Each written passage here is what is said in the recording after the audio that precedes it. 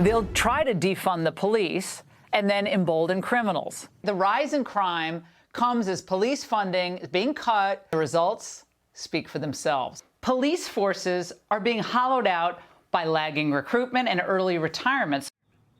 Well, the warning signs have been there for years. It only got worse after the Summer of Love and George Floyd, yet nothing has been done to fix the police recruiting crisis across the country. It's getting worse. In Pittsburgh, sometimes they don't even respond to 911 calls. Some of them are handled by a telephone unit, whatever that means, instead of having police physically go to the location. And in Houston, they just stopped investigating certain crimes.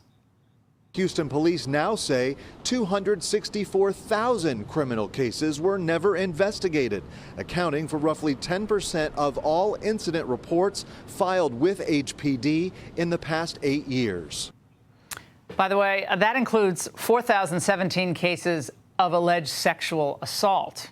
And in Austin, after $150 million was cut from its budget during the defund the police era, there are new warnings that the city is on the brink of disaster.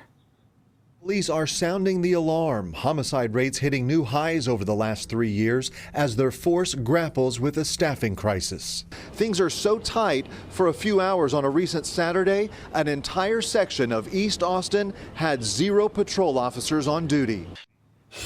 The no man's land out there. Joining me now, Joe Gamaldi, Vice President of the Fraternal Order of Police. Joe, we warned that this is exactly what would happen. And now keep it weird in Austin apparently means keep it dangerous.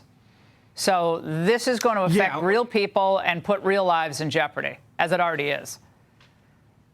Yeah, the defund movement in Austin has been an unmitigated disaster. They defunded their department by $150 million. The next year, they had their highest murder rate in recorded history.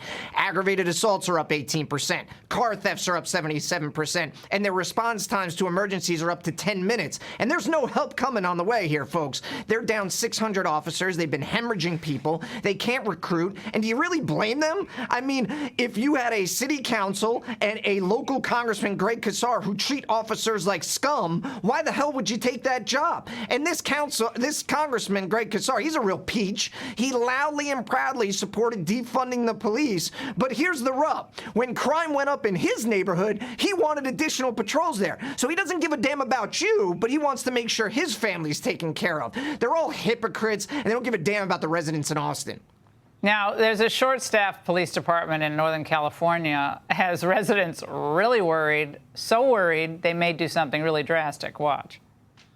There's a lot of people that are wanting to sue for the lack of response. People are feeling like the stress and anxiety and danger they feel like they're in. And so bad that multiple individuals have indicated that they are intending to move because of the lack of response to calls for issues like domestic violence and restraining orders. Joe, I mean, if people aren't going out to the gun range to get trained up, armed up, they're just trying to move to a place where they're actually safe and their family's safe. That's common sense, isn't it, at this point?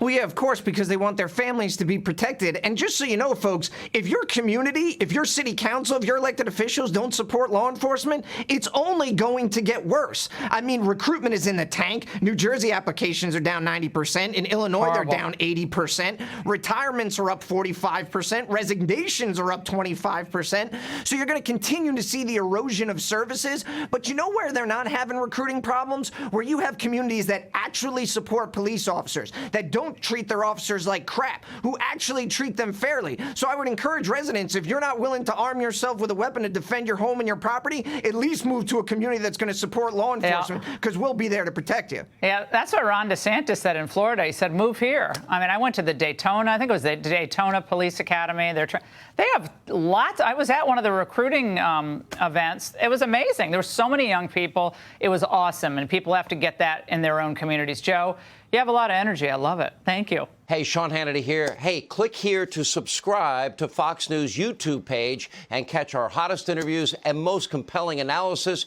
You will not get it anywhere else.